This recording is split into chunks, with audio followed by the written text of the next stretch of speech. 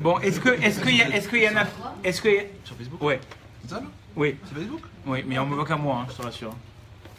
Est-ce qu'il y en a parmi vous qui étaient au cours que j'avais fait il y a un mois ou deux à Meller? Ouais, moi j'étais. Donc on va faire un petit peu la suite de ce qu'on a fait, d'accord? Et donc comme il a dû vous le dire Yohanan, le titre de ce soir, c'était de vouloir se marier, c'est accepter de s'adapter.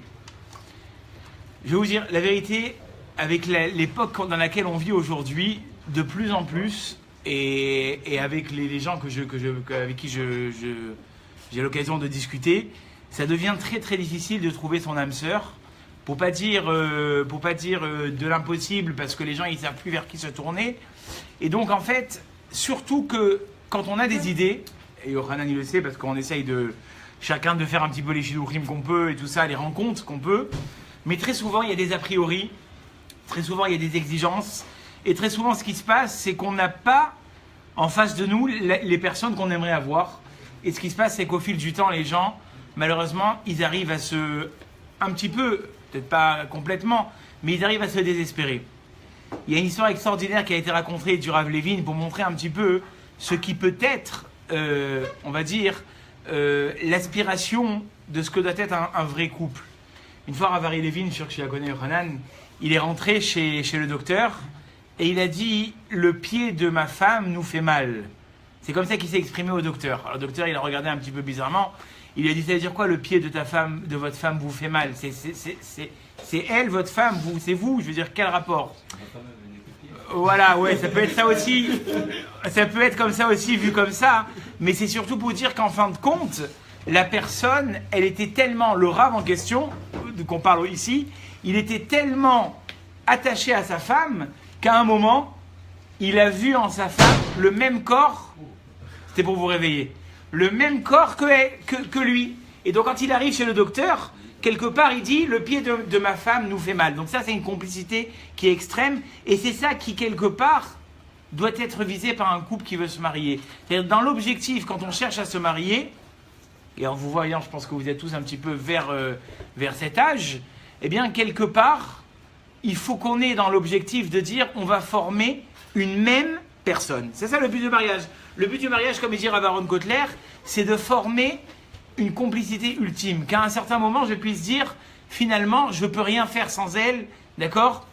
Je ne peux rien faire sans lui. Je sens qu'on est ensemble. Alors, faut pas que ça s'entende comme si c'était un traquenard et qu'on ne pourrait plus bouger et qu'on est obligé de donner des comptes. Non, c'est qu'on tient tellement l'un à l'autre, d'accord, qu'on ne peut plus se lâcher. Qu'on peut plus se séparer. On a vraiment une complicité exceptionnelle. Et le Sefer Achinour, il dit que toute la première année du mariage, et après on va détailler un petit peu ce que ça veut dire, toute la première année du mariage, c'est justement pour que l'homme et la femme se rassurent. C'est quoi la première année du mariage? Vous savez que comme je le dis souvent, parce que je forme des khatanim, heureusement qu'il n'était pas plein, eh bien, je dis à ces khatanim, la première année du mariage, ou même aux fiancés, eux, c'est une année qui est très spéciale. C'est pas le moment, d'accord, que chaque soir, il y ait quelqu'un de nouveau à la maison.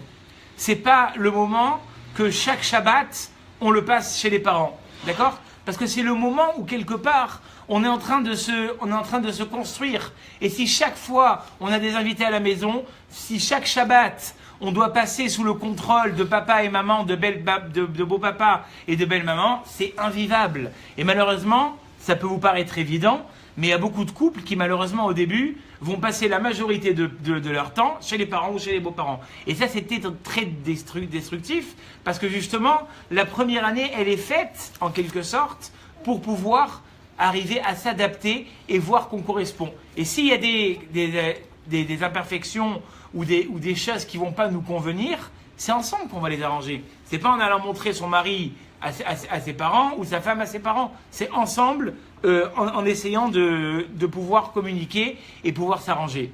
Et le Rav Shlomo Zalman Auerbach, il a le jour de la ptira de sa femme, vous savez que, bon, on peut se permettre de raconter ça parce que c'est une période qui est un peu triste à partir de Rosh Chodesh Av jusqu'à Tisha B'Av. Vous savez que quand quelqu'un décède, eh bien on passe devant sa sépulture en lui exprimant un certain pardon de t'avoir fait ça, pardon, le dernier pardon avant le. Et quand Rav Shlomo Zalman Auerbach, sa femme est décédée avant lui, eh bien, il est passé devant sa sépulture, il a dit « Je n'ai rien à te demander pardon ». Et je veux dire, c'est quand même d'un certain cran. C'est-à-dire, quand le jour d'un décès, on a tout de suite des idées qui nous viennent à la tête, de se dire peut-être que ici j'ai mal fait, peut-être que ici j'aurais dû mieux faire. Lui, il a été capable de dire devant la sépulture de sa femme « J'ai fait tout selon le Shulchan Aruch et j'ai rien à te demander pardon ». Et ça, c'est énorme. Je peux pas, vous, peut-être que, enfin, je ne sais pas dans quelle démarche vous êtes aujourd'hui, mais je veux dire, quand on se marie, on va voir que c'est pas si simple. Il y aura et on va l'expliquer ce soir pourquoi. Quand on cherche un garçon ou une fille pour se marier, on va voir qu'il y a énormément de points qui font qu'on va hésiter, qui font qu'on va se remettre en question, qui font que des fois, juste au moment où on va se décider à finalement lui demander la main ou être d'accord de se marier, eh ben on va se remettre encore une fois en question.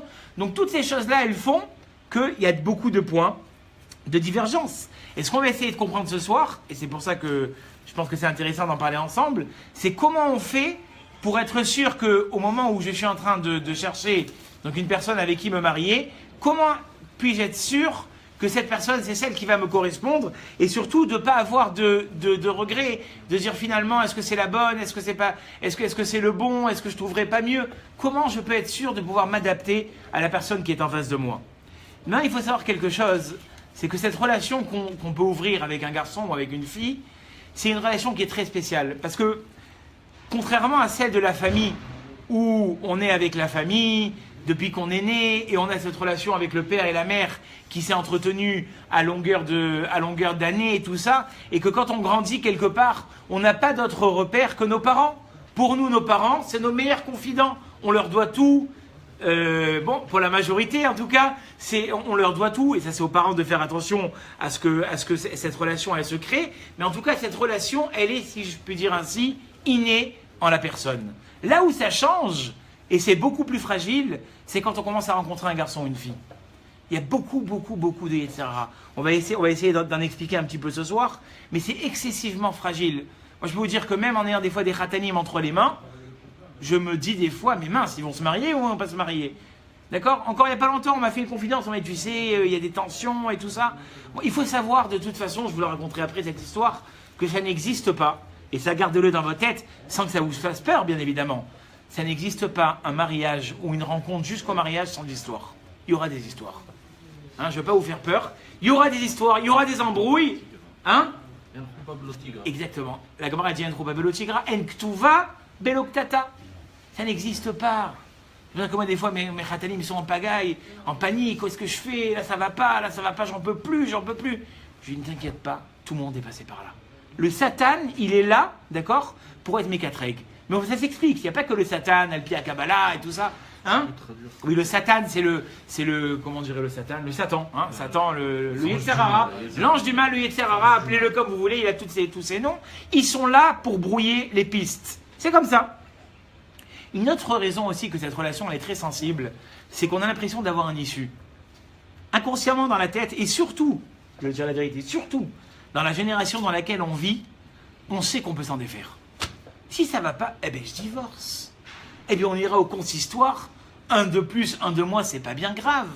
Et c'est pour ça que dans les consistoires aujourd'hui, et on essaye de pouvoir diminuer ça à notre initiative et de la façon dont on peut le faire, il y a énormément de couples qui disent ben ça va pas, on divorce après 6 mois de mariage, après 7 mois de mariage. On va expliquer ce soir. Même pas eu le temps de rentabiliser le mariage. Même pas eu le temps de rentabiliser le mariage. Si, c'est quoi ton prénom? C'est quoi ton prénom? Aaron. Si ça doit s'appeler rentabiliser. Parce que je veux que je dise quelque chose à Aaron. Ouais. Quelque part, penser qu'on est là pour rentabiliser le mariage, c'est le début de la fin. Oula, et je vais te dire pourquoi, Aaron. Parce que quand tu vas te marier, tu vas pas attendre que ta femme, elle te fasse ça, elle soit là pour toi, elle pense à toi. Non, toi, tu vas être là. Que ça va se passer comme ça. Beaucoup. Inconsciemment. Et je vais te dire, inconsciemment, tu es en train de me faire vendre un petit peu le reste du mariage, le reste du chiour. Inconsciemment, quand on rentre et qu'on se marie, on espère vivre la même vie qu'on a vécue. Et quelque part, ta femme, c'est ta mère, et toi, t'es le père de ta femme. Oui? Tu vois ce que je veux te dire? Inconsciemment, tu vas essayer de retrouver à travers ta fiancée, ta femme, je ne sais pas où tu en es, d'accord? À mon avis, tu es encore loin, mais bon, en tout cas, tu vas chercher. Ouais, non, c'est pas méchant, c'est qu'il a le temps. Il a le temps. Dans ce coin-là, plutôt. Il a le temps. Mais je veux dire par là que tu vas voir que quelque part, tu vas chercher à retrouver, comme tu dis, une rentabilisation qui est le début des erreurs. Et c'est ça qu'on va expliquer ce soir. Et je vais vous dire pourquoi. Et justement, on va commencer par ça. Tu as très bien tapé dans ça. Quand on rentre sous la choupa, on est combien? Si je ne m'abuse, 2. Le mari et la femme. Or, c'est pas vrai. Il y en a 4. Hazako Baruch. Il y en a 4. On est 6 à rentrer, pas que sous la choupa, dans la maison, ça fait peur, hein. Pourtant, moi, je suis avec ma femme. Non, non. Toi, tu rentres avec ton père et ta mère, et elle rentre avec son père et sa mère. Et c'est comme ça, d'ailleurs, j'ai réfléchi à ça cet après-midi, je me dis, c'est pas pour rien que sous la choupa, comme si tu... Qu'est-ce que tu as besoin d'asseoir les parents? Ça va, c'est des grands garçons, c'est une grande fille. Qu'est-ce que tu as besoin de les mettre sous la choupa? Parce que, virtuellement, toute ta vie, tu vas vivre avec tes parents à côté. Obligatoire. C'est obligatoire, c'est un minag, la maman elle est, elle est à côté de sa fille, et le khatan il est à côté de son père, et ainsi de suite. Mais en dehors de ça, moi je pense que ça veut tout dire. Ça veut dire que quelque part, et si j'étais méchant et que j'avais pas peur de me faire taper par les garçons ce soir, je dirais que ceux qui ont le plus de mal à se détacher de ça, c'est les garçons. D'où je sais, la Torah le dit. La Torah elle n'a pas dit Alken, ya Azov, Ish. Isha, je vais traduire, hein, Isha et BTA. C'est pas écrit dans la Torah, c'est pour cela qu'une femme quittera le domaine de ses parents et ira se coller à son mari. C'est exactement l'inverse qui est écrit. Alken Yazov Ish et Aviv et Imo. L'homme quittera son père et sa mère, Vedavak, Beishto, et il ira se coller à sa femme. Pourquoi? Ça aussi, je vais expliquer plus tard. Mais en tout cas, ce qui est très très compliqué, et je vous dis que, allez, je vais être gentil, 60%, parce que moi je suis médiateur familial, donc je reçois des couples, je traite avec des couples qui malheureusement, je fais ce qui s'appelle le service après-vente. Très souvent, ils ont des tas à notes, ils ont des arguments en disant finalement, moi j'ai jamais vécu que de cette manière, moi j'ai jamais vu des choses comme ça chez moi à la maison. Mais tu n'as pas compris que tu es en train... Oui, mais c'est normal, mais le problème c'est que ça fait des problèmes. Le problème c'est que petit à petit, ces gens-là, ils vont vivre mal, ils vont être malheureux, parce que toute leur vie, je crie trop fort, hein, Non, parce que toute leur vie, ils vont chercher à retrouver la maison là où elle n'est pas. Ce qu'ils ne comprennent pas, c'est que papa et maman, eux aussi, quand ils se sont mariés, c'était tout nouveau pour eux, et il y avait des divergences, et il y avait des choses qui n'allaient pas ensemble, mais petit à petit, quelque part, d'accord, c'est ça qui les sépare. Et c'est ça qui, quelque part, va faire qu'on va se retrouver devant un rave. Je donnerai des exemples plus tard. Et ça, c'est que dans le couple. Parce que, je vais vous dire franchement, moi le premier, hein, on n'est pas parfait. Et pourtant, nos parents, ils nous ont mis à la porte. Enfin, j'espère. Je crois pas. On est tous restés à la maison, avec nos problèmes, avec nos défauts. Et papa et maman, ils sont restés des fois jusqu'à minuit, 1h du matin. Mais ça leur a jamais posé de problème. Ils sont tout le temps là pour toi. Et jamais ils renieront et diront, tu n'es plus mon fils. Alors que dans le couple, c'est pas du tout la même chose. Dès qu'il y a un problème, dès que ça va plus, la relation elle vibre et on peut se retrouver à la porte du divorce très rapidement. Parce que les problèmes ou les défauts qui sont dans une famille normale, dans une relation de famille, eh bien quelque part, ceux-là on les arrange, ceux-là on fait avec. Au contraire, on va chercher quelqu'un qui va nous aider à pouvoir régler les problèmes de nos enfants. Dans le couple, on va chercher quelqu'un qui va pouvoir nous aider à divorcer. Ça va comme ça aujourd'hui. Aujourd'hui, on vit dans une époque, et je vous le dis, le consistoire, et on a le fils d'un rabbin, il a peut-être dû entendre parler de ça, il est débordé de gens qui veulent divorcer, on ne sait plus comment les gérer. Hein? C'est devenu une mode de divorcer. Je n'irai pas jusqu'à là, j'espère pas. Mais si tu le dis, je veux bien te croire, ça peut être une mode, effectivement. Mais en tout cas, toujours est-il que nous, on a besoin de pouvoir stopper ça. Voilà pourquoi la Gemara, elle dit Ish veisha, d'accord? C'est tellement compliqué, justement, et je vais vous donner ce soir des conseils et peut-être une autre aperçu pour pouvoir diminuer cette angoisse, d'accord? Et cette problématique. Mais en tout cas, la Gemara, elle va dire Ish veisha zahu, s'ils ont mérité un homme et une femme, shrina benehem. Akadosh Baruch Hu, il va descendre, Dieu il va descendre dans ce couple et il va donner la bracha. Vous savez que c'est terrible. On dit que le soir, au moment du kiddush, la famille est réunie, d'accord? Et qu'est-ce qu'on chante? Shalom aleichem, malaché, shalom, malaché. C'est quoi ces anges? La Gemara dit, j'en avais vu, c'est que c'est écrit, si tu te rappelles, je veux bien que tu me dises. Les malachim, c'est très simple. S'ils voient que dans cette famille-là, il y a le bonheur et la paix, qu'est-ce qu'ils disent? Yehi Ratson face à Kadosh Baruch Hu, que la semaine prochaine, ce soit comme ça aussi. Et s'il y a la discorde, la tension, les trucs, les malachim, qu'est-ce qu'ils disent? Face à Kadosh Baruch Hu, que la semaine prochaine, ce sera la même chose. Et c'est pour ça qu'on dit Boachem les Shalom, on essaie d'un peu de mettre les malachim de notre côté. Mais c'est-à-dire que c'est tellement la Shrina, elle ne peut résider qu'à un endroit où véritablement il y a la paix, il n'y a pas d'histoire. Et l'Ozahu, la Gemara dit ici, ils n'ont pas été méritants ces gens-là. Esh Ochalatan. Le feu, il va les détruire. Parce que le discorde, c'est le feu. Et c'est tellement insupportable que c'est comme si c'était du feu. Vivre dans un climat qui n'est pas agréable, et ça on le voit même nous au niveau des enfants, quand on était petits, ou même, peu importe, on n'aimait pas que nos parents ils se disputent. Et combien de fois, moi dans les cours de Chinour, je dis aux parents, faites attention comment vous vous comportez devant vos enfants. Parce que les enfants, ils enregistrent. Et après, malheureusement, après les enfants ils grandissent, on ne comprend pas pourquoi celui-là il est fermé, pourquoi celui-là il est...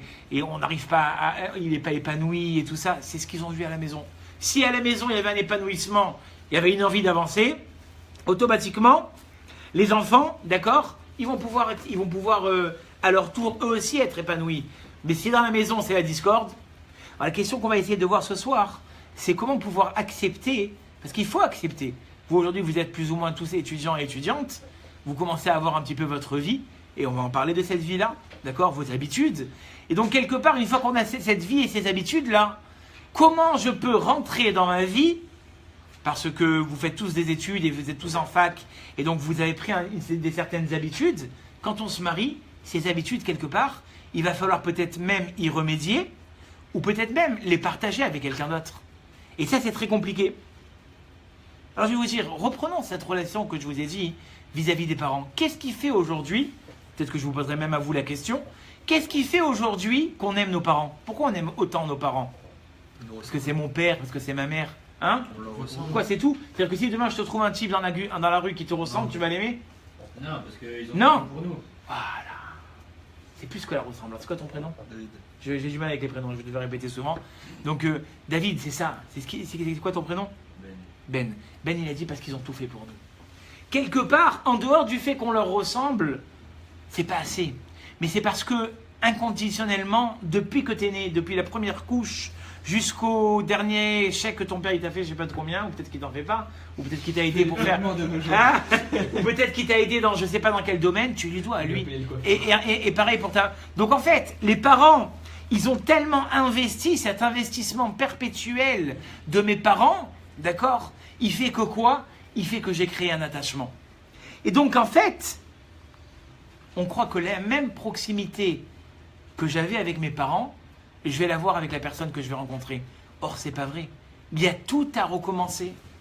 Il y a tout à donner, d'accord? Et d'ailleurs, mon Rav de Yerushalayim, le Rav Mregen, il dit que des fois, on a un garçon et une fille qui sortent depuis longtemps ensemble. Mais ils ne sont pas arrivés à la demande. Ils n'arrivent pas. Ils sortent 3, 4, 5, 6 mois. Il dit Rav Mregen, c'est parce qu'ils ne se sont pas encore partagés des confidences. Ils n'ont pas encore donné l'un à l'autre des conseils. Ils ont rien partagé ensemble. Ils disent, alors bien évidemment qu'ils ne peuvent pas partager la même maison, parce que ça c'est un des plus grands issours qu'il y a de vivre ensemble sans un mariage. Parce que nous, qu'est-ce qu'ils disent les gens? On va vivre ensemble avant le mariage, histoire de s'habituer, et puis après on verra comment ça sera. Alors moi je dis toujours, vous l'avez dû entendre dans le dernier cours qu'on a fait, je ne sais pas si tu t'en rappelles, Ben, le tourisme, c'est pas l'habitat. Prenons l'exemple d'Israël. Les gens ils disent, tu connais Israël? Bien sûr, je connais Israël. J'ai été là-bas à Elat, j'ai été là-bas à Jéru, j'ai été là-bas à Herzliya, à Natania, ouais. J'ai été. Mais t'as été quoi? T'as passé des vacances, t'as fait du bateau, t'as été sur la taillennette. Mais au jour le jour, quand le matin tu vas devoir sortir avec ton attaché-caisse et que tu vas devoir aller travailler avec les Israéliens, là tu vas connaître la vraie vie. Je dis pas que c'est terrible, et c'est encore pire que ça. Non, ça veut dire que voilà, quelqu'un qui ne s'est pas habitué, les Français ils arrivent là-bas, la mentalité c'est plus la même, parce que maintenant tu vas faire partie du pays, tu vas devoir donner pour l'État, et ainsi de suite. Ben, c'est la même chose. Tu peux prétendre avoir vécu avec une fille ou avec un garçon pendant X et X années, mais c'était quelque part, c'était de la rigolade quoi, c'était du copinage. Mais quand tu vas devoir passer sous la choupa, et qu'après tous les soirs de ta vie tu vas devoir rentrer, et tu vas devoir partager des discussions, et tu vas devoir construire, tu vas devoir élever des enfants ensemble. Là, c'est plus la même chose. Alors, ou, comme j'ai dit tout à l'heure, tu n'as pas été comme quelqu'un qui attend que ce soit rentable, mais bien au contraire, tu as essayé de partager le plus possible, d'accord? Alors, à ce moment-là, la difficulté, elle est beaucoup moins grande. Parce que l'attachement, il a été créé.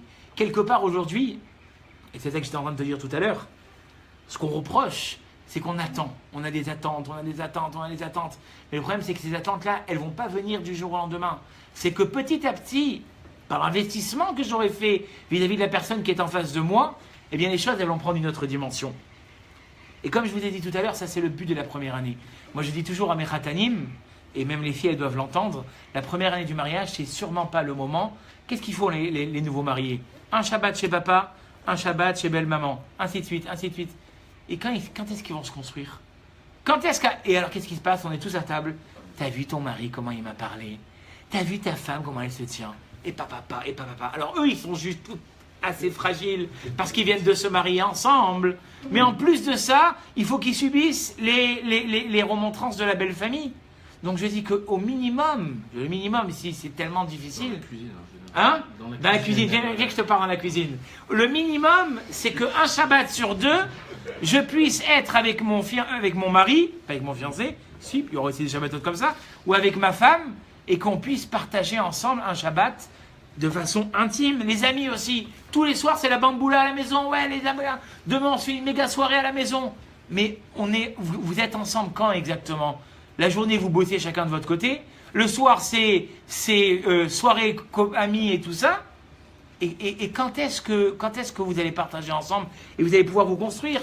Ou alors des gens qui disent, moi, la vérité, pas dans la semaine, j'ai du boulot, je dois monter à Paris, je dois monter... Pas la première année. Parce que, quelque part, la première année du mariage, eh bien, c'est celle qui va déterminer tout au long de la vie comment tu vas te comporter avec ton époux ou avec ton épouse. Si la première année t'a montré vraiment une attention particulière et que les personnes, elles ont eu le temps de se souder, eh bien après, ça restera dans le même optique. Mais si il n'y a pas eu le bon contact qui a été fait au début, d'accord, il y a de fortes chances à croire que les années qui viendront après, elles seront dans le même état d'esprit. Alors, ce que je suis en train de dire ici, apparemment, ça paraît un petit peu défaitiste. C'est-à-dire quoi? C'est-à-dire que si on n'a pas fait exactement les choses comme elles devaient être au début, alors il n'y a plus d'espoir. Rav Santer, il a raconté une histoire magnifique qu'il a vécue lui-même. Une fois, il avait une chaussure à réparer. Et à l'époque, c'est pas comme aujourd'hui qu'il y a les lampadaires et tout ça. Les gens, ils vivaient avec des lumières, d'accord, des lampes à huile ou des bougies. Il est parti voir un cordonnier. Et le cordonnier, il demande au cordonnier, est-ce que je peux réparer la chaussure chez toi maintenant? Et il a dit une phrase que le Rav Salanter, toute sa vie, il a répétée à toutes les sauces. Le cordonnier, il lui a dit, tant que la bougie est allumée, on peut encore réparer. Et il a dit, c'est ça, Kolzman chez Aner Dolek, si la bougie, elle est encore allumée, on peut réparer. Parce que qu'est-ce qui se passe? Des fois, on a commencé sous une mauvaise touche, ou même plus que ça. On a vécu, parce qu'on n'a pas tous la vie facile. Il y a des gens qui, malheureusement, ils ont vécu une enfance avec des parents très tumultueuses. Et donc, inconsciemment, et sans le vouloir, hein, sans faire exprès, ils vont exactement, d'accord, reproduire la même chose dans leur couple. Eh bien, il faut pouvoir faire, et ça on le verra tout à l'heure aussi, l'introspection de se dire, ça s'est mal passé quand j'étais jeune, ça ne se passera pas comme ça. Parce que très souvent, qu'est-ce qu'on a remarqué? On a remarqué que les enfants qui sont issus de parents divorcés, ils ont plus facilement l'occasion, eux aussi, à leur tour de divorcer. Pourquoi? Parce qu'inconsciemment, ils se disent, papa et maman, ils n'ont pas fait cet effort. Depuis l'âge de 7 ans, je suis en droit de garde. Un Shabbat, une semaine chez papa, une semaine chez maman. Donc finalement, c'est vivable. Donc moi aussi, si ça ne va pas bien avec mon conjoint, eh bien je reproduirai la même chose, il n'y a pas de problème. Ça, c'est un problème. Vous pouvez poser des questions avec plaisir. Hein. Je disais que tant qu'il y avait de lumière, on pouvait réparer les choses. Exactement. À quel moment il n'y a plus de lumière alors? À quel moment il n'y a plus de lumière? À 120 ans. À 120 ans. C'est-à-dire qu'à n'importe quel... Et tu sais, il y a des gens même que je peux te dire qui divorcent et qui après, quand ils ont vécu un bon moment, je connais un couple que j'ai en tête là comme ça, et après qu'ils vivent un moment ensemble chacun de leur côté, ils se finalement on vivait en fait très bien ensemble. Et ils se remettent ensemble. C'est la plus grande mitzvah de la Torah, ça. Enfin, la plus grande mitzvah. Une des mitzvahs de la Torah. Marzir Gros Château. Dans le cas où la femme, elle n'a pas refait sa vie à côté, elle ne s'est pas remariée avec quelqu'un, elle a redivorcé, mais que chacun, il est de leur côté, ils ont de leur côté, ils se remettent ensemble, c'est une des mitzvahs de la Torah. Marzir Gros Château, se remarier avec sa divorcée, c'est une grande mitzvah de la Torah. Parce que c'est écrit qu'une personne qui divorce, le misbéach, c'est la souga qu'on fait cette année, Mori d'Alaf de Maot, le misbéach, il coule des larmes. C'est très dur pour Hachem. C'est très très dur. Et donc, et c'est ça, et d'ailleurs c'est comme ça qu'on explique. Parce que il n'y a pas longtemps j'ai eu l'explication. C'est écrit qu'Akadosh Baruch Hu, il a du mal à mettre un garçon et une fille ensemble, qui est Kriyat Yamsouf. Comme ouvrir la mer. Alors il y a une matronité à l'époque, elle s'est moquée de Rabbi Ishmael. Elle dit quoi, c'est si dur de marier des gens ensemble. Elle a pris une poignée de serviteurs, une poignée de servantes, elle a fait des couples et elle les a mariés. Le lendemain, un il avait l'œil crevé, l'autre elle avait les cheveux ébourifiés. Ils sont arrivés, ils étaient tous ensemble. Et elle dit, tu vois, elle dit, t'as raison. Et c'est quoi qui est tellement difficile? Eh bien c'est justement, et c'est ça qu'Akadosh Baruch Hu il a du mal, c'est de pouvoir, avec nos différences, et avec nos points, parce qu'on n'a pas subi la même éducation. Je ne sais pas si vous êtes encore là-dedans, mais vous allez le voir très très vite. Quand vous commencez à rencontrer des filles ou des garçons, c'est pas la même éducation. Alors au début, on essaye plus ou moins de le cacher, de faire bonne apparence, première rencontre, première semaine ensemble. On fait les marioles. Mais tu ne pourras pas faire le mariole toute la vie, Baba. À un moment, tu vas passer sous la roupa, les chevavachot ils vont passer, et le galop revient en courant. D'accord? Et l'habitude revient au galop. C'est-à-dire que l'habitude revient au galop, le cheval revient au galop, ce que tu veux. C'est-à-dire qu'à un moment ou à un autre, on va se retrouver dans les mêmes défauts qu'on avait avant, à moins de faire de grands efforts. Alors là, je suis parti trop loin dans le mariage, mais revenons maintenant dans les rencontres. Très souvent, qu'est-ce qui se passe? On a des échecs. D'accord, on rencontre un garçon, ça se passe mal, on a vécu, et c'est ça que je dis des fois, c'est là où commencent les problèmes. On vit ensemble 3, 4, 5, 6, 7, 8, 9 mois. Jusqu'à quand? Jusqu'à quand? Et donc, comment dire ça, tout le panache et la beauté du début de la rencontre, il s'atténue, et puis ça clash. Et après, qu'est-ce qui se passe? Le garçon ou la fille, ils ont tellement été, et j'en ai rencontré, je peux vous le dire, hein, ils ont tellement été marqués qu'après les 15 années qui viennent, ils ne veulent plus rencontrer de garçon ou de fille. Parce que l'expérience, elle a été tellement mauvaise, d'accord? Et c'est ça que quelque part, Absalanteri a dit, Kozman Chaner Dolek, je comprends pas, vous êtes jeune. Vous savez que des fois, dans le milieu religieux, ça va vous paraître un petit peu fou, mais il y a des garçons ou des filles qui font 30, 40 rencontres différentes. Jusqu'à qui trouvent, j'en ai même plus. Il y en a un, il a dit, je peux écrire un livre, il en avait fait près une centaine. Et à la fin, qu'est-ce qu'on se rend compte? Hein? Non, seulement la première partie. Ou bien même une fille, je vais parler des garçons, même une fille elle est tombée sur un garçon, excusez-moi des termes, c'était un clochard, il se comportait mal, il lui parlait mal. Elle a dit quoi? C'est ça les garçons? C'est ça les garçons? Je veux plus jamais entendre parler des garçons. Et la fille, la pauvre, elle a passé les 10 années de sa vie plus tard à ne plus rencontrer.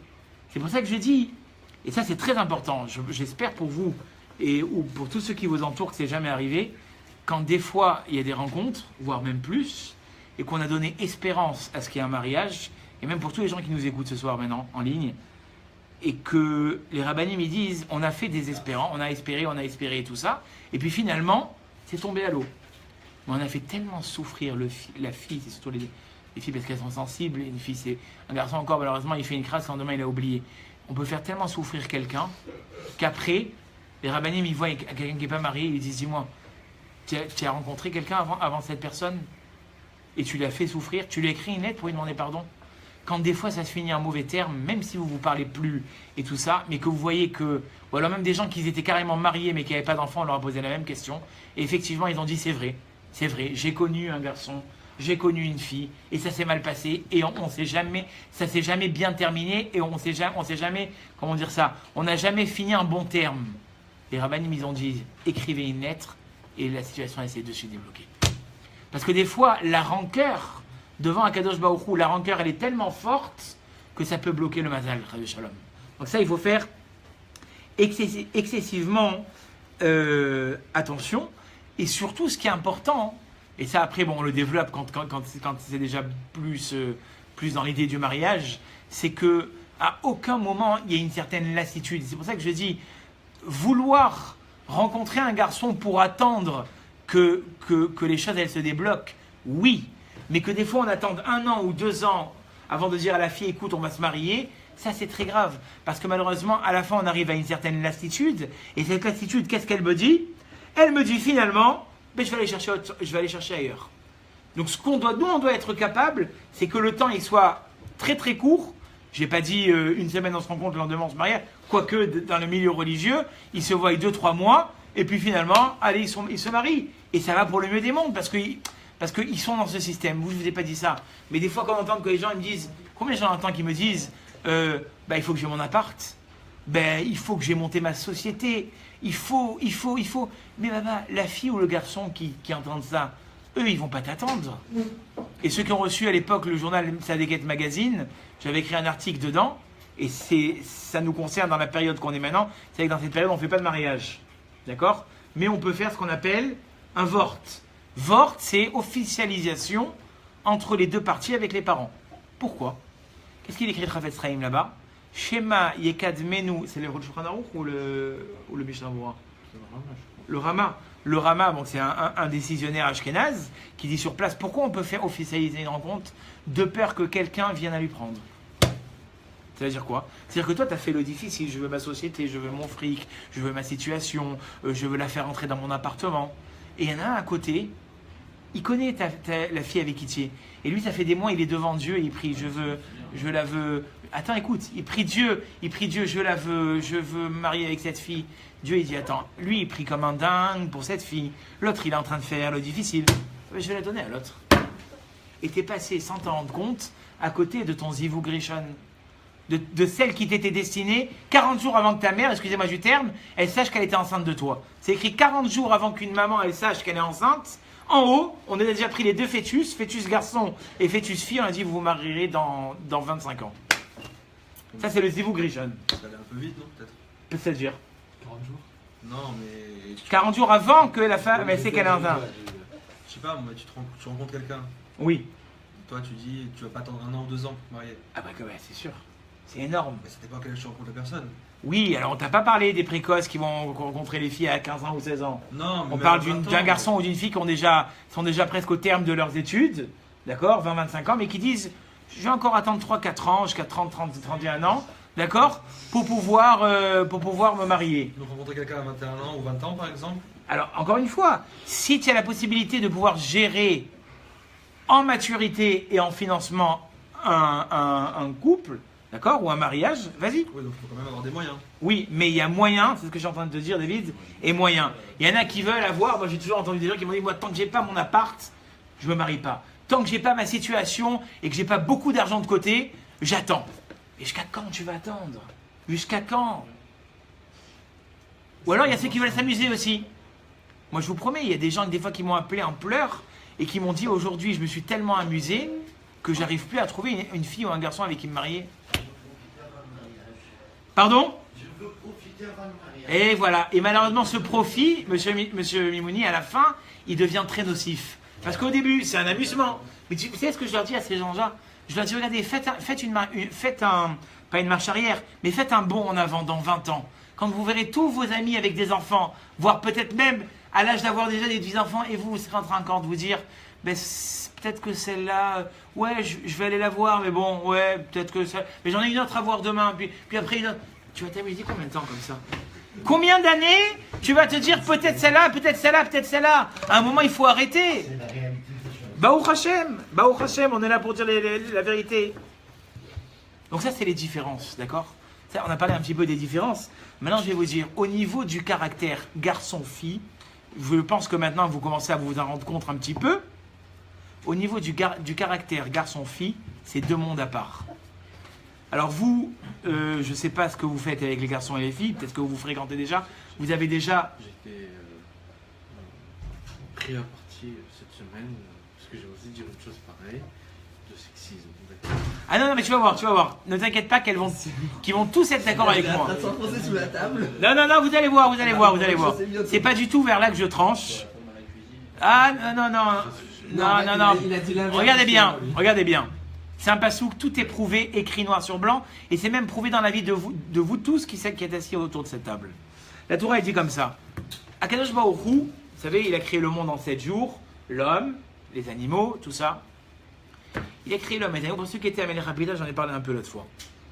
Maintenant, il dit, bon, Adam Arishon, là, il faut le mettre avec quelqu'un, là. Il va pas rester toute sa vie seul. Bon, il a essayé de lui donner des animaux, des trucs, rien ne lui disait. À un moment, il a dit, bon, il faut lui faire vraiment un vrai partenaire. qu'est-ce qu'il a fait?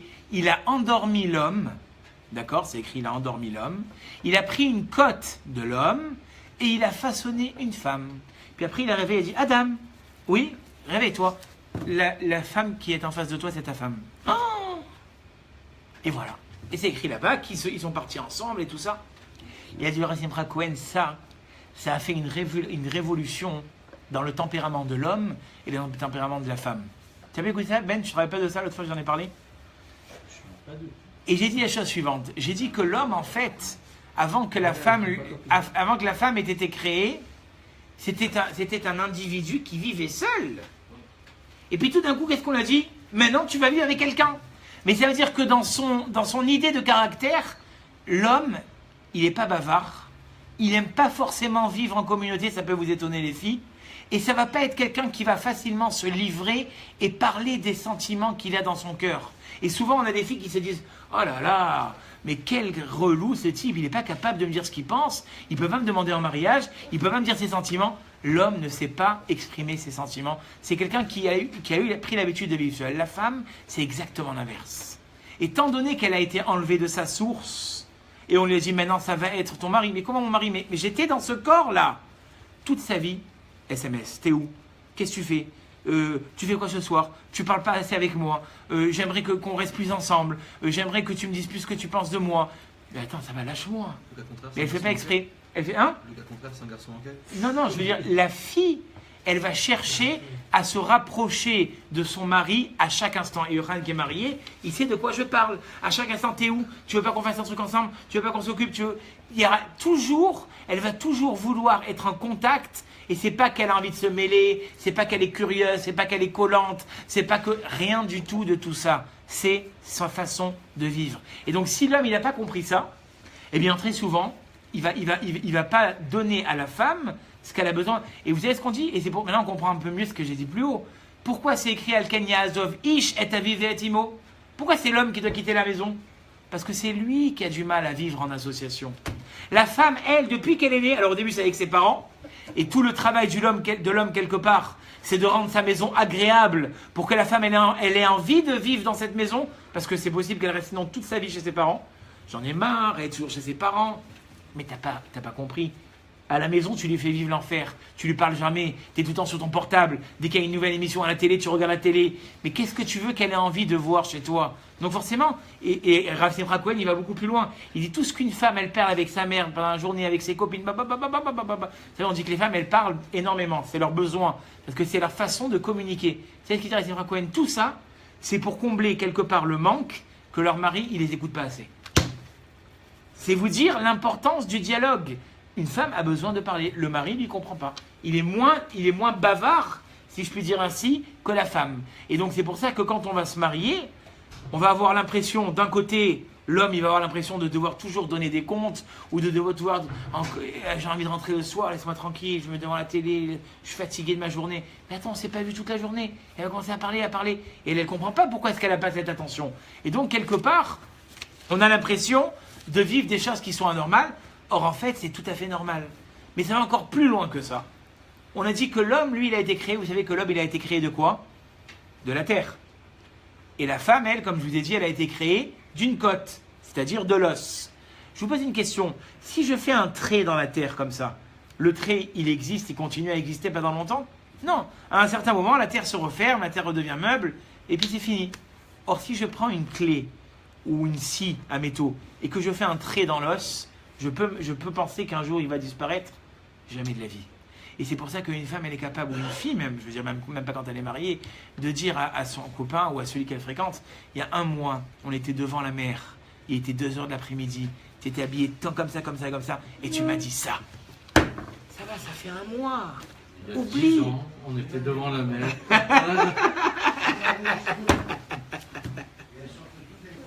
Pardon? Voilà. Mais encore une fois, monsieur Mouni, c'est le Teva. Donc ça, j'ai pas dit des choses graves. Hein, j'ai pas dit des choses. Vous êtes d'accord avec ça, les filles, ou pas? Et ça, encore une fois, c'est pas. C'est toutes les filles qui sont. Mais moins. C'est-à-dire que je vais te dire, c'est quoi ton prénom? Mélissa. Un gars, il peut faire une crasse à sa femme ou avec la fiancée, et le lendemain, il vient, il dit ça va ma chérie, tout va bien, tu vois. C'est horrible ça. Mais il fait pas exprès. C'est Ça passe par là, ça rentre par... C'est la terre. Ah, c'est donc ça. Voilà. Quand tu pousses la terre, elle se rebouchait. Non, mais c'est ça. Des semaines. Voilà, mais elle fait pas exprès. C'est ancré en elle. Elle souffre. Mais c'est normal. Imamash, j'ai vu dans le Ravolbeu, parce que je suis en train de préparer un Khatan, à qui je salue ici ce soir, il est parmi nous. On a lu ensemble, Imamash Soledette, elle a une slida, c'est-à-dire elle a vraiment une cicatrice qui sera indélébile. C'est marqué en elle, c'est comme ça. Elle fait pas exprès, Ben. Tu vois ce que je veux te dire? Et donc c'est pour ça que, quand vous allez commencer, c'est bien que vous sachiez ça, je sais pas où est-ce que vous en êtes, encore une fois, je ne vous connais pas personnellement, je demanderai après à Yochanan où ça en est, mais je veux dire, vous allez commencer et vous allez voir des fois des... Si vous... si vous prenez les choses en main dès maintenant, vous allez comprendre qu'une fille, d'accord, eh bien on lui parle pas comme un garçon. On ne peut pas se permettre de faire des choses qu'on pourrait faire avec des copains, et puis qu'on rigole un coup, une soirée, puis le lendemain tout est oublié, et puis on repart sur d'autres horizons. C'est pas pareil.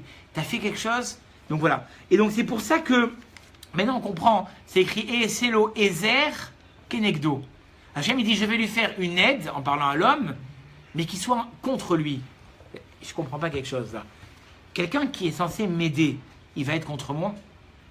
Eh bien, c'est peut-être ça l'explication. Hein? Un bon conseiller, il n'est pas toujours d'accord. Je suis d'accord avec ce que tu dis, Mélissa, mais là c'est encore plus profond que ça. Ça veut dire qu'avec toutes ces différences qu'il puisse avoir entre un homme et une femme, si on arrive à faire fonctionner les choses comme il faut, et on va essayer de les expliquer dans le temps qui nous reste, alors à ce moment-là, la femme qui est en face de moi, elle peut être une aide si je sais lui parler, je sais la comprendre et je sais accepter ce qu'elle va me dire. Mais si au contraire, ce que je suis en train de faire, c'est tout le temps en train de la critiquer et tout le temps en train d'arrêter de me gonfler, laisse-moi tranquille. Vous savez, et ça va très très loin ce que je vous dis les garçons. Racine Braco, il dit pourquoi est-ce qu'une femme le soir quand tu rentres, vous n'avez pas encore vécu ça, mais Yochanan et moi et tous les maris, monsieur Mimouni qui est derrière, ils ont vécu ça. Tu rentres le soir, pendant une demi-heure, tu ne peux pas respirer. Ah, et j'ai fait ça, et après je suis passé par là, et après j'ai fait ça, et attends que je te raconte ça. Ça va, lâche-moi, pourquoi tu as besoin de me raconter toute ta journée? C'est ce qu'il dit Racine Bracohen. Racine Bracohen, il dit Racine Bracohen, il dit parce qu'en disant ça, la femme, elle a pris l'homme quand elle n'était pas avec lui, et en lui ayant raconté, elle a mis avec lui. Même quand il n'était pas là, ça va jusqu'à là. Vous voyez? Donc ça veut dire que si nous, on ne sait pas comprendre ça chez les filles, et les garçons, et vice-versa, les filles, elles ne vont pas comprendre que le garçon, malheureusement, il est un petit peu il n'a pas ce tact d'attention, ben on peut aller, malheureusement, à des graves problèmes. Et comme je l'ai dit plus haut, il y a aussi le fait que, en dehors du fait qu'on est différent, on laisse trop attendre les choses. Très très souvent, qu'est-ce qui se passe? On attend, et après les études, et quand j'aurai mon appart. Et le plus grave, c'est pas le fait d'attendre, c'est que durant cette attente-là, on vit seul. Je vous dis, quand vous prenez un garçon, avec tout le respect que je dois avoir vis-à-vis de ses... Peut-être que des fois, chacun il a ses problèmes, je ne veux juger personne ce soir. Mais quand un garçon il a vécu 20 ans seul, et une fille elle a vécu 20 ans seule, je peux vous dire que ça fait des étincelles. 10 ans de vie célibataire, avec toutes les habitudes que j'ai prises, maintenant il va falloir que j'apprenne à partager. Et c'est pour ça que quelque part dans le milieu religieux on dit, plus vite tu te maries, mieux c'est. Pourquoi? Pas parce qu'on veut les caser, c'est parce que c'est beaucoup plus simple de pouvoir s'adapter quand on est jeune. Quand on est jeune, on est capable, je vous donne un exemple, de mettre un matelas par terre et de dormir sur le sol.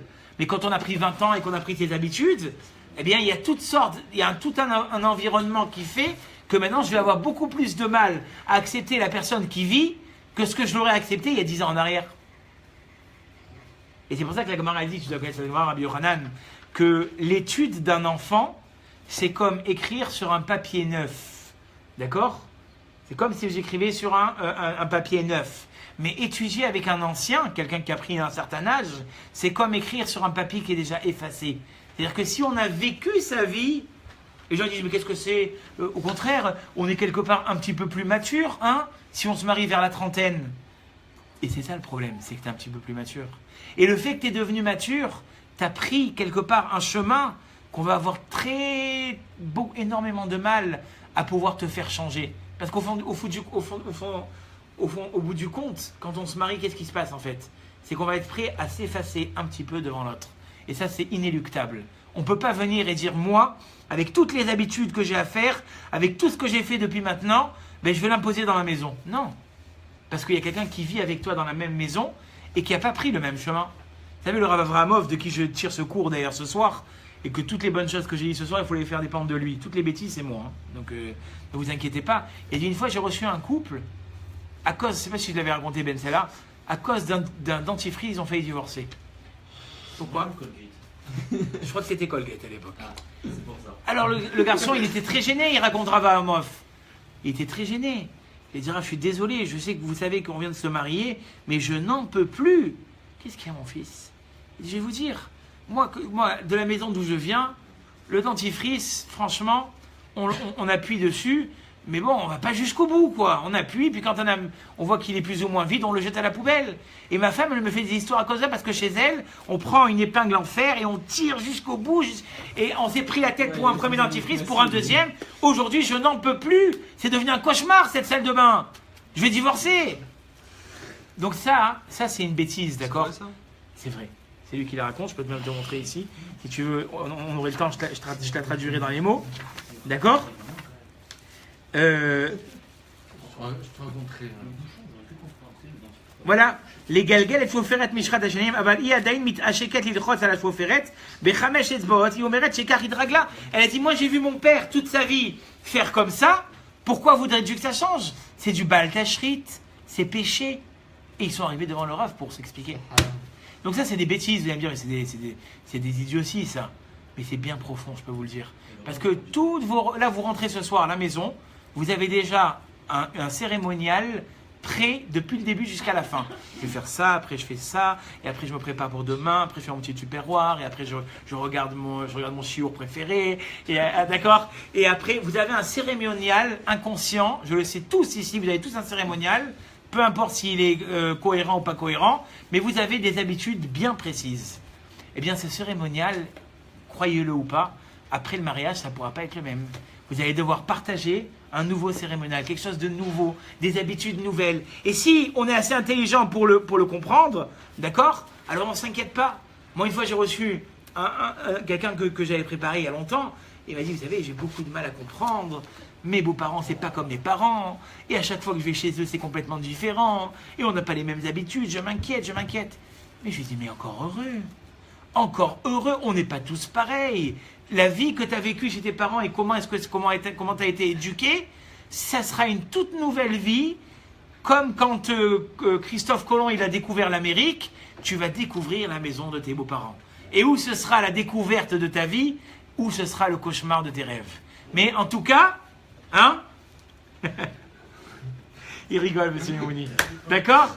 Et donc, hein, vous confirmez ou pas? C'est quoi le pire? Et donc, ce que tu vas voir, ce que tu vas devoir faire, c'est, comme j'ai dit le titre de ce cours ce soir, j'ai encore un peu de temps, Rabbi Yochanan. D'accord. Le titre de ce cours, c'est tu vas devoir t'adapter, Baba.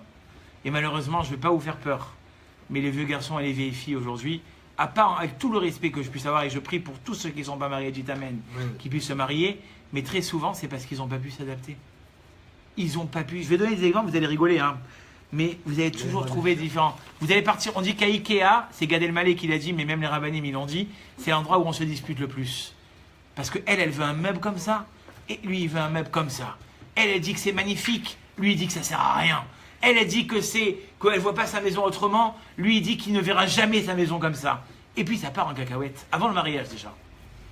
Les plats, mais c'est quoi ce couscous? C'est quoi cette horreur? Pardon? Mais ma mère, elle a toujours fait comme ça en Tunisie. Et puis ça part. Ça, on peut pas rigoler sur la nourriture. Ah, bébé, ça frappe. Tu vois, j'ai touché un point sensible. Je peux pas. Mais il faudra que tu sois capable. Il faudra que tu sois capable. Chez ta mère. Moi, il y a des gens qui m'ont raconté des khatanim. Je sais pas. Ah, c'est toi qui... Mais il faudra que tu sois capable de dire, même si c'est dégueulasse, ma chérie, c'est bon. Mais je te dis, tu sais, c'est écrit, les Baal Moussar, ils disent, on n'a pas le droit de mentir. on n'a pas le droit de mentir, tu le sais ça. La seule chose pourquoi on a le droit de mentir, c'est pour le Shalom Bayit. Même si c'est dégueulasse, que tu n'as qu'une envie, c'est d'aller dans les toilettes, excuse-moi ça, votre respect, et d'aller recracher tout, tu dis c'est bon. Tu dis c'est bon. Parce que tu ne peux pas savoir comment ça va, comme je disais tout à l'heure, une femme elle n'oublie pas. Dans 10 ans elle te le rappellera. Et puis à la fin, c'est ce qu'elle va faire. Elle va dire Ben, tu connais le numéro de la pizzeria? Appelle et commande-toi ce que tu veux. Non, mais nous, on a Mais ouais, mais tu veux. Hein? Mais oui, mais tu comprends pas et tout ça. Tu es une femme, on doit partager ensemble. Mais à chaque fois que je partage, tu me dis que c'est pas bon. Donc à la fin, j'en aurais plus envie. Et ça, c'est pareil. Je veux dire, si vous, par exemple, vous avez eu l'habitude d'avoir une mère poule. La peur.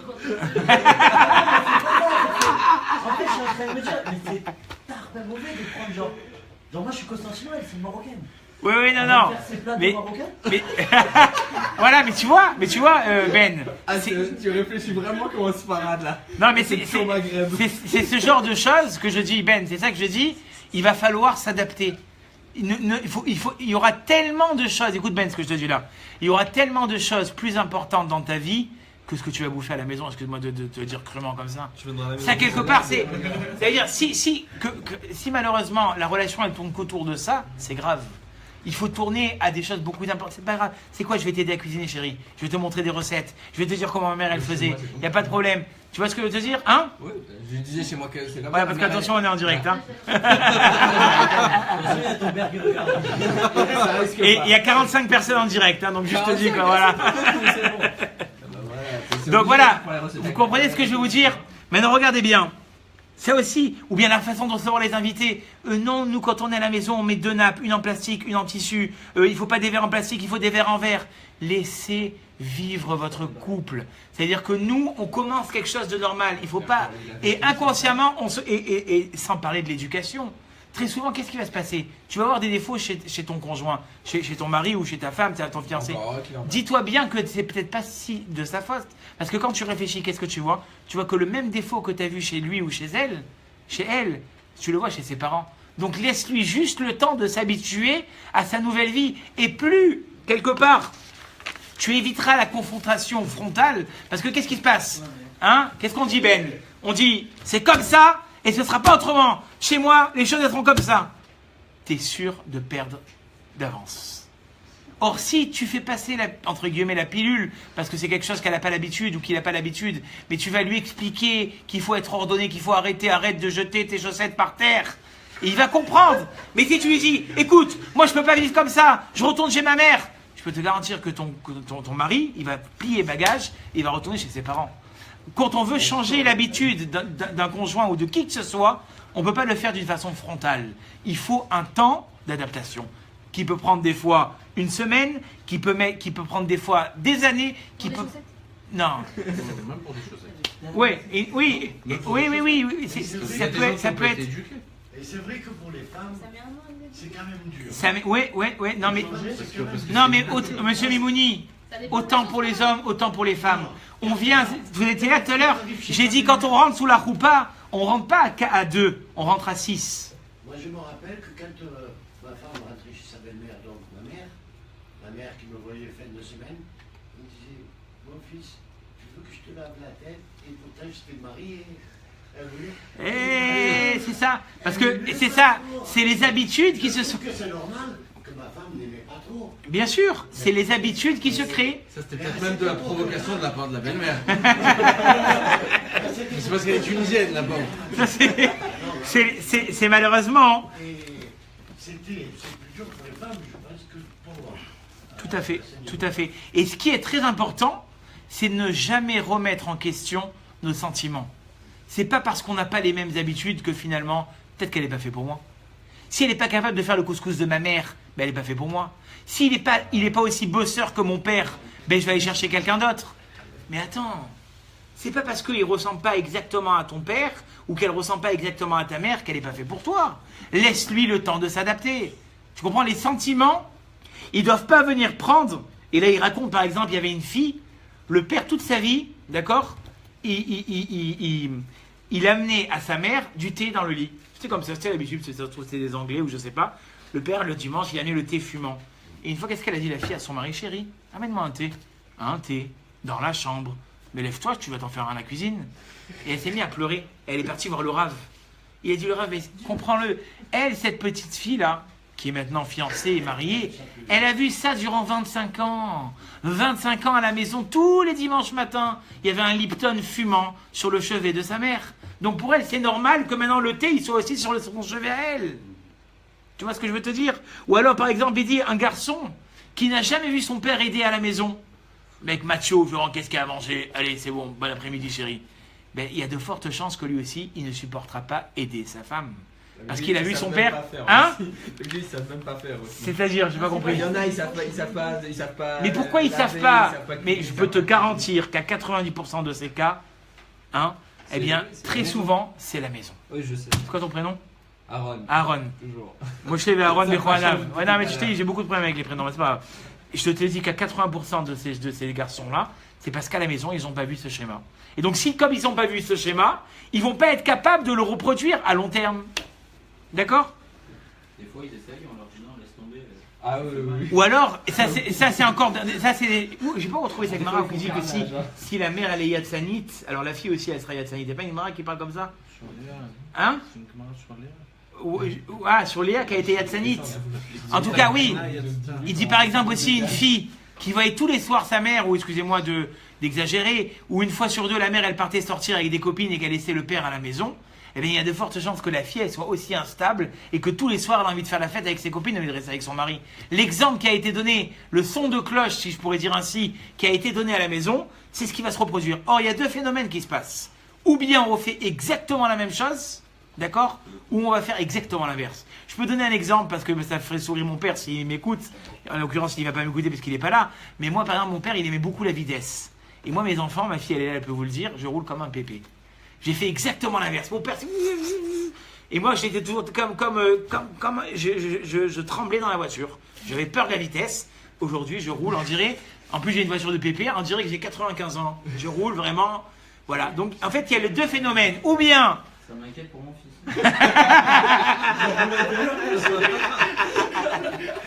Ah, si tu lui fais peur... Ça te dit passer son père, toi. Si tu lui fais peur, il y a de fortes chances qu'il ait l'effet inverse. Mais en général... Mais il fait peur à tout le monde. Mais à 70% des cas, d'accord, on va reproduire... maintenant, un petit peu plus sérieusement, et ça c'est un point qui me tient énormément à cœur, ce qui aujourd'hui aussi déstabilise malheureusement les rencontres et l'engagement, voire plus loin, d'accord, c'est la communication. Et ça on en a parlé, Ben, j'en suis sûr que tu étais là, je pense. Aujourd'hui on te parle d'une fille, peut-être pas toi, mais on parle d'une fille à un garçon, on parle à une fille d'un garçon ou d'un garçon à une fille, les deux. Il a un compte Facebook. Est-ce qu'il a un compte Facebook? C'est quoi son nom? Dis-moi, je vois. Ouais, non, laisse tomber. Mais c'est devenu très grave. C'est-à-dire que la sélection aujourd'hui, elle se fait par des réseaux sociaux. T'as même pas... Et si la personne, d'accord, elle n'est pas photogénique? Peut-être qu'il y a des gens comme ça, très jolis, un garçon très joli, une fille très mignonne, mais quand on prend en photo, ça passe pas. Or, quand on les voit en vrai, tout est fait, tout est bien. Et le type, qu'est-ce qu'il va faire, hein? Là, c'est l'inverse. Ouais. Et voilà. Donc au bout du compte, d'accord? Au bout du compte, c'est très grave. Ou bien qu'est-ce qui se passe? Hier, tu t'es embrouillé avec la personne que tu étais en rencontre sérieuse, et publiquement, devant 150 personnes, tu mets un statut, j'en ai ras-le-bol de ma fiancée. Mais qu'est-ce que tu as besoin de raconter ta vie sur Internet? Qu'est-ce que tu as besoin? Moi, je dis toujours, Daniel Mera, vous êtes en train de filmer sur Facebook. Sachez un grand principe. D'abord, j'accepte jamais de filles sur mon compte. Ça, c'est premier parce que on ne peut pas savoir les catastrophes qu'il y a eu. D'accord? Je ne rentrerai pas dans les détails de ce que je suis au courant. Et deuxièmement, je n'affiche jamais ma vie privée sur Facebook. Et ça, c'est très important. Et qu'à plus forte raison, quelqu'un, il n'allait pas dire « Ouais, il faut voir le compte. Bon, ouais, non, elle ne me plaît pas, laisse tomber. » Mais t'es un malade. Mais tu l'as même pas rencontrée, tu sais même pas ce qu'elle vaut, tu connais même pas sa famille. Tu vas te fixer par rapport à ça. Et ça, malheureusement, non seulement ça sélectionne, en plus de ça, on raconte sa vie à qui veut, et on est tout le temps avec cette diable à la main, j'appelle ça un diable, en train de regarder ce qui se passe. Qu'est-ce que tu as dit? Il y a un peu de discussion. Comment tu veux envisager de vivre avec quelqu'un quand tu es scotché à ton portable toute la journée? C'est pas possible. Et moi, je commence plus à comprendre. Vous savez, à l'époque, les grands-parents, quand ils se disputaient, ils fermaient la porte de la cuisine, j'ai encore cette image, ils se criaient un bon coup dessus, et puis c'était oublié. Aujourd'hui, on peut passer des années. Pourquoi? Parce qu'on a trouvé du réconfort à distance. Je peux ne pas, et j'entends, je peux vous dire que ce n'est pas des inventions, parce que malheureusement, comme je vous ai dit, je suis dans le service après-vente, j'entends des fois des couples, pendant une semaine, ils ne se parlent pas. Qu'est-ce qu'ils font? Ils sont sur Internet, sur Facebook, sur WhatsApp, sur machin, The Voice, sur machin, sur truc. Et comme ça, ça les dérange même plus. À l'époque, quand on était seul, on était vraiment seul. On avait les 4 murs qui nous... On allait dans la rue, il faisait noir, il n'y avait même pas de lumière. Aujourd'hui, avec le modernisme, on a créé un monde virtuel où on peut très vite basculer dedans sans s'en rendre compte que les gens qui sont en train de... Ah, t'existes encore? Ah, mais finalement, on oublie même avec qui, j'exagère les choses, mais je veux dire, on a oublié même de vivre avec les gens qui nous entourent. On vit plus virtuellement, d'accord, que quelque part avec les gens qui nous entourent. Et ça, c'est sûr que là, il y a un moment, on m'avait envoyé cette vidéo, ça m'avait marqué. Ils ont fait une expérience, je ne sais pas dans quel pays. Ils ont mis, vous avez dû la voir sûrement cette vidéo. Ils assoivent quelqu'un devant une espèce de devin comme ça. Il dit ouais, ton compte banque, il va pas trop bien ton compte en banque en ce moment. Ta voiture hier, t'as eu un accident, t'as rencontré telle et telle fille. Et tu sais, le type il commence à blêmir, il dit c'est pas possible, c'est un devin. Et à un moment, il y a un rideau qui se lève et tu vois 6 personnes cagoulées avec en train de pianoter sur le compte Facebook du type en fait. Tout, grâce à Facebook, il a su toute la vie. Il avait une oreillette et les types il disait il fait ça parce que toute la vie elle était étalée dessus. Et donc on est tellement rentré dans ce virtuel. Et je vais vous dire aujourd'hui, nombreux sont les garçons et les filles qui me disent ben maintenant je rencontre des filles par internet. D'abord c'est dangereux. Hein? Les trucs genre G-Swipe, G-Date et tout, toi tu. Je proscris pas. Non. Ben, je proscris pas parce que malheureusement, pour les gens qui d'abord nous écoutent ce soir et qui en plus de ça vivent dans des contrées très très loin, qui sont pas dans des villes, comment dire ça, phares comme Marseille, Paris, Lyon, ils sont dans des bourgades, comment ils vont rencontrer des juifs? Donc ça peut être un bon moyen. Mais le problème c'est que des fois, on sort plus de chez soi, hein, on sort plus de chez soi. Non, tu exagères, Aix c'est à 20 minutes de Marseille. On sort plus de chez soi, on fait plus rien et on communique. Alors déjà, tu peux tomber sur des malades. Et j'ai entendu des histoires, des filles, elles ont été massacrées à cause de ça. Pas massacrées physiquement, moralement, parce qu'on leur a fait voir des mots et des vents, et puis finalement, tout s'est arrêté du jour au lendemain. Donc ça peut être très très nocif. Tu vois ce que je veux te dire? Alors que quand il y a quelqu'un qui te connaît bien, que ce soit un chatran, ce qu'on appelle quelqu'un qui s'occupe des rencontres, des amis qui pensent à un chidour, c'est beaucoup plus, comment dire ça, hein? Non, mais c'est surtout beaucoup plus intuitif et agréable parce qu'on sait vers où on va. Mais là, tu peux facilement cacher beaucoup de choses par Internet. Tu vois ce que je veux te dire ou pas? Et malheureusement, on vit aussi dans une génération, comme j'ai dit au début de ce cours, où on est dans le jetable. Regardez, aujourd'hui, on a des verres en plastique. Il nous ont suffi une fois, on va les prendre, on va les jeter. Hein? Non, mais je veux dire. Non, mais ça veut dire qu'aujourd'hui, un portable, il va durer combien d'années? 5-6 ans, au bout de 5 ans, j'en rachète un autre. Ouais, je sais pas, non? Hein? Ouais, je sais pas, non, bref. En tout cas, ce qui se passe, c'est que le fait qu'en fait, on vive dans une société où on peut utiliser puis après mettre de côté, eh bien malheureusement, le couple, il devient aussi un petit peu comme ça. Je vis avec ce garçon, avec cette fille, et puis après, c'est-à-dire quoi après? Si ça se trouve, et c'est pratiquement certain, la personne avec qui tu es en train de rencontrer maintenant, on a fixé que ça allait être la mère de tes enfants, ou le père de tes enfants. Tu sais qu'on fait une bracha le soir du mariage, où on dit Kesamechacha Yetzirecha Beganeden Mikedem, que la joie de se marier et de s'être marié soit comme la joie d'Adam Arishon et Chava. Quel rapport? Bien, les Mefarshim, ils expliquent que Adam Arishon, il ne pouvait pas dire peut-être qu'il y en a une meilleure, parce que c'était la seule. Et donc ils se sont aimés au point de dire de toute façon, il n'y a pas de choix. C'est l'amour de ma vie. Il n'y a personne d'autre qui peut être. Eh bien, c'est ça qu'on bénit les Khatanim. Les Khatanim, on les bénit en leur disant, face à Kadosh Baruch Hu, que vous puissiez arriver à cette conclusion après 20 ans ou 30 ans de mariage, de vous dire finalement, c'est celle que je voulais épouser. Et Hachem, je vais vous dire la vérité, il fait converger les voies. Il va vous donner des occasions. Des fois, vous allez vivre des choses que j'avais racontées pour ceux qui étaient dans le cours précédent. Des gens qui, on n'aurait jamais imaginé qu'ils allaient se rencontrer. Vous savez, il y a des histoires. Aujourd'hui, il y a les portables, il y a les moyens de communication. Mais à l'époque, même de mon temps, du temps de Yohanan, il n'y avait pas les portables. Tu rencontrais une chatranite, hein, tu te rappelles de ça? La chatranite, elle te disait, tu vas à tel hôtel, hôtel Ramadan, à 8h. Donc le khatan, il va là-bas, à l'hôtel, il rencontre la fille. Ça va, hein, déjà? Hein? Ouais, non, en bas. Voilà. Il raconte, sacré Ben. Non. Sacré David. Il raconte la fille, il rentre à la maison, là il y a le téléphone à la maison, et puis il reçoit un appel à la chatranite, et il dit, mais vous étiez où? Il dit, mais j'étais là-bas, j'ai rencontré la fille toute la soirée. Il s'est trompé de fille. Et finalement, ils ont continué parce que ça allait très bien, et ils se sont mariés. Ça veut dire quoi ça? Ça veut dire qu'Akadosh Baruch Hu, même par erreur, ou si jamais tu aurais loupé celle qu'il fallait que tu rencontres, tu vas la rencontrer à la fin. Ça veut dire que tu dois aller vers, quand tu sens qu'il y a quelque chose, il faut... Exactement. Il y avait un Polonais, d'accord? À l'époque, la Pologne, peut-être même maintenant aujourd'hui, c'est pas ce que c'était. C'était très dangereux. Et un soir, il sort de chez lui, il entend des cris, il voit qu'il y a une fille qui est en train de se faire agresser. Il essaye de se mêler, il prend un coup de cran d'arrêt, il a le village défiguré. Mamage défiguré. C'est-à-dire qu'on avait du mal à le regarder. Ils ont essayé tant bien que mal de le réparer avec une chirurgie réparatrice, ça n'a rien donné. Et les années, elles ont passé, et le mec, il avait du mal, quoi. Les gens, les filles, à peine elles rentraient, une guicha, il n'y en avait pas une deuxième. Une rencontre, c'est fini. Comme ça pendant des années, des années. Au bout de 20 ans, il va à une soirée qui savait déjà très bien l'issue. Il dit à la fille, écoute, te casse pas la tête, je suis venu parce qu'on m'a mis la pression. Et la fille était intelligente. Elle lui a dit, non mais, raconte-moi ce qui s'est passé. Je vais te dire, aujourd'hui on habite en Israël, il y a une vingtaine d'années j'étais en Pologne, tel était le quartier, telle était la rue, il était telle heure, je suis sorti, il y avait une fille qui était en train de se faire agresser, je me suis mêlé, il finit pas l'histoire que la fille elle s'évanouit. On l'a fait revenir à elle, et elle dit la fille qui était là-bas c'était moi. C'est-à-dire qu'Akadosh Baruch Hu, il a fait attendre 20 ans, il les a fait monter en Israël, et ils se sont rencontrés.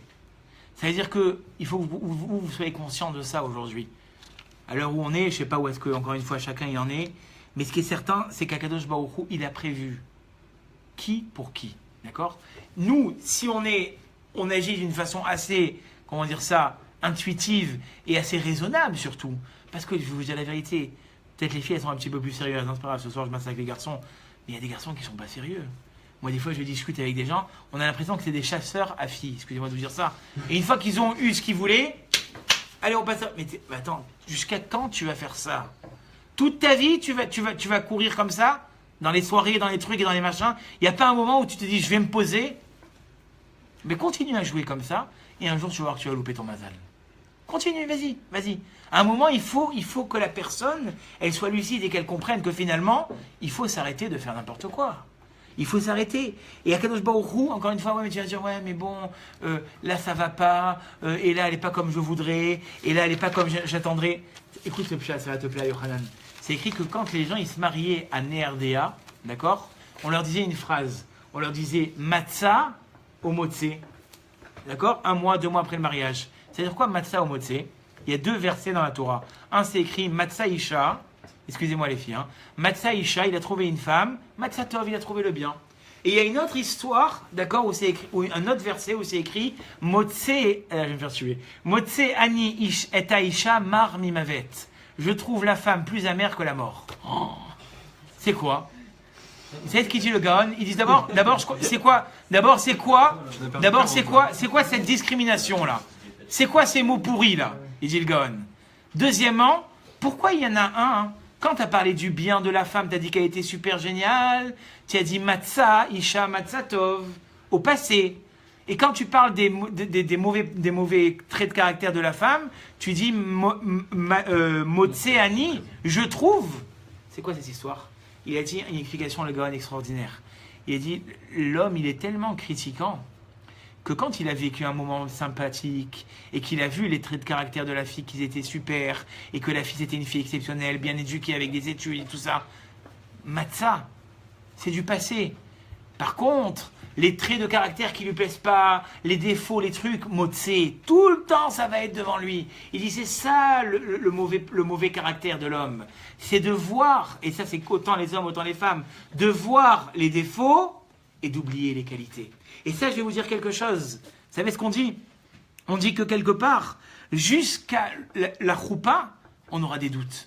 Le Yetzer Hara, le Satan, il va mettre devant la personne que les défauts. Et peut-être qu'elle n'est pas bien, et peut-être. Jusqu'à la choupa, je vais vous raconter une histoire après. Et ce qui se passe, c'est qu'on s'habitue. Vous savez, on dit il y a 2 sortes de personnes, je terminerai avec ça. J'ai un verre à moitié plein. Ben, ceux qui sont pessimistes, qu'est-ce qu'ils vont dire? Exactement. Et ceux qui sont optimistes, ils vont dire il est à moitié plein. Et ça c'est le gros problème. Quand une fois j'entends dire la fille que j'ai rencontrée, elle est au top des tops. Seulement, vous allez rigoler, hein, elle n'est pas blonde aux yeux bleus. Tu veux que je te dise quelque chose? Moi je connais un garçon comme ça. Aujourd'hui il a 48 ans. Il cherche toujours la blonde aux yeux bleus. Il a rencontré des filles extraordinaires. Mamache comme ça. Hein. C'était connu dans la ville. D'accord? Où j'étais à l'époque. Il cherchait la blonde aux yeux bleus. Et bien le garçon, il est resté sans se marier. Elle est comme ça, et elle est comme ça. Ou alors, il est très sérieux. Mais c'est pas un Tunisien comme mon père. Donc je veux pas le rencontrer. Ça aussi, je vous promets, une fois que j'ai fait un chidour, tout allait super bien. La fille, elle est rentrée chez les parents du garçon. Ils lui ont dit, c'est marocaine. Elle a dit, non, je ne suis pas marocaine. On veut pas, ils n'ont pas dit comme ça. Mais en tout cas, ils ont annulé le chidour. Tout allait bien. Si tout était bien, ils étaient prêts à se marier ensemble. Ils n'ont pas voulu de la fille parce qu'elle n'était pas marocaine. Elle est très bien. Ça aussi, je l'ai entendu. Mais je trouve qu'elle n'est pas assez intello. Les Tunisiens, ils sont pareils. En tout cas. Ça aussi, je l'ai entendu. Elle est très bien, mais je trouve qu'elle n'est pas assez intello. Après, si c'est un légume, c'est normal. Non. Intello. Le mec, il dit, moi, j'ai besoin de philosopher avec la fille que je rencontre. Mais attends, c'est quoi philosopher avec la fille que tu rencontres? Au maximum, tu vas parler des prochaines vacances que tu vas prendre avec elle en Corse. Au maximum. Et combien il va coûter le voyage? Au maximum, tu parleras des lattes. Mais philosopher avec la fille que tu rencontres, mais je l'ai entendu. Ou alors, il n'y a pas longtemps aussi, on me dit, la fille m'a dit, tu comprends, ce garçon, il est super, mais qu'est-ce qui se passe? Je connais très bien la famille. On est hyper amis, ses parents et mes parents. Et si ça marche pas, c'est l'archouma. On sera plus copains après. Donc, tout des a priori, des a priori. Et malheureusement, ces a priori, ils nous font passer les années. Et après, on se dit, mais qu'est-ce qu'on a perdu du temps? Ou est-ce que tu te donnes des excuses? Voilà, à toi de savoir, Aaron. Est-ce que, c'est ça, il faut être honnête avec soi-même, Aaron. Est-ce que c'est un a priori ou c'est vraiment quelque chose de véritablement vrai? Et surtout dire, parce que des fois, les gens, ils paniquent.